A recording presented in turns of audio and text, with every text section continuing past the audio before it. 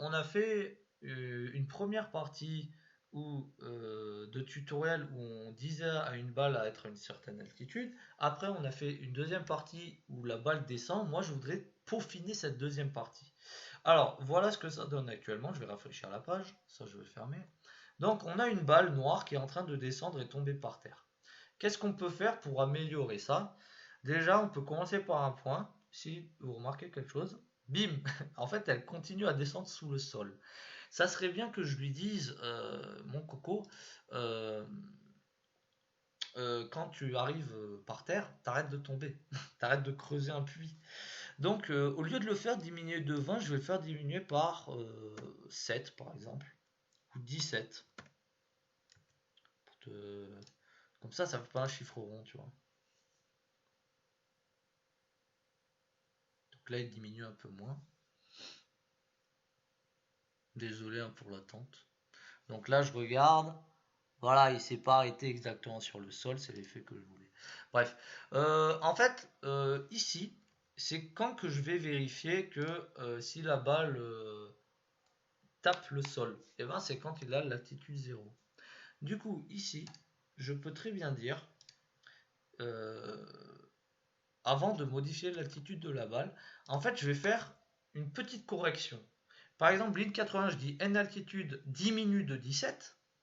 Et je vais dire si n altitude devient strictement plus petit que 0, je vais mettre des espaces. Dans ce cas-là, je veux que n altitude devienne égal à 0. D'accord? Donc, qu'est-ce qu'il va faire? Il va arriver comme ça, tac, tac, tac.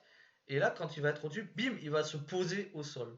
Et ensuite, à chaque tape, par exemple, là, tu vas avoir 0. Après 0 moins 17, et ben, il y a cette sécurité, bim, qui va faire disjoncter n altitude et qui va faire que la balle va clignoter sur 0.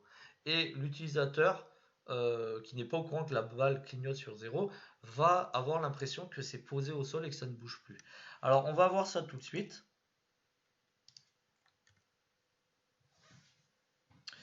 Donc là, normalement, il va devoir se poser au sol. J'ai rafraîchi la page. J'en ai marre d'attendre. Ah, il s'est gentiment posé par terre. Et là, on a l'impression qu'il bouge pas, mais en vérité, il y a le JavaScript, à chaque tape, il est en train de redéplacer la balle au point 0. D'accord? Ensuite, qu'est-ce qu'on va faire? Bah déjà, ce qu'on va faire, moi j'ai ma petite idée, on va accélérer le truc, on va le rendre plus fluide là. Cet effet de clignotement, c'est assez moche. Alors, on veut vraiment avoir l'impression que la balle glisse. Du coup, pour faire ça, au lieu de faire moins 17, on va faire moins 1. Comme ça, il va diminuer de 1 pixel à chaque fois. Sauf que tu peux remarquer, là, bon, je vais laisser ma souris, toutes les secondes, il diminue d'un pixel. Voilà quoi, on va attendre 10 minutes, ça va nous saouler. Je crois qu'il y a. Je peux même faire le calcul si tu veux. Il y a 200 pixels. 200 divisé par 60 secondes. On va attendre 3 minutes jusqu'à ce que le truc il touche le sol. On n'a pas que ça à faire. Du coup, tu sais, tu te souviens, il y avait la fréquence aussi de la balle. Et ben, au lieu de dire toutes les secondes, on va dire toutes les 500 millisecondes. Et ça veut dire, on diminue de moitié le temps. On va dire, allez, toutes les 1000 millisecondes, on va dire toutes les 100 millisecondes. On va voir, non, ça allait un peu plus vite, tu vois. La balle commence à tomber.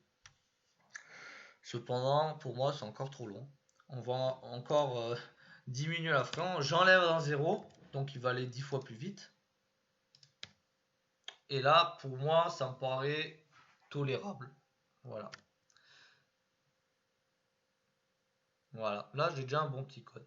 Et enfin, pour terminer cette grosse partie de la chute de la balle, on va un peu nettoyer le code déjà.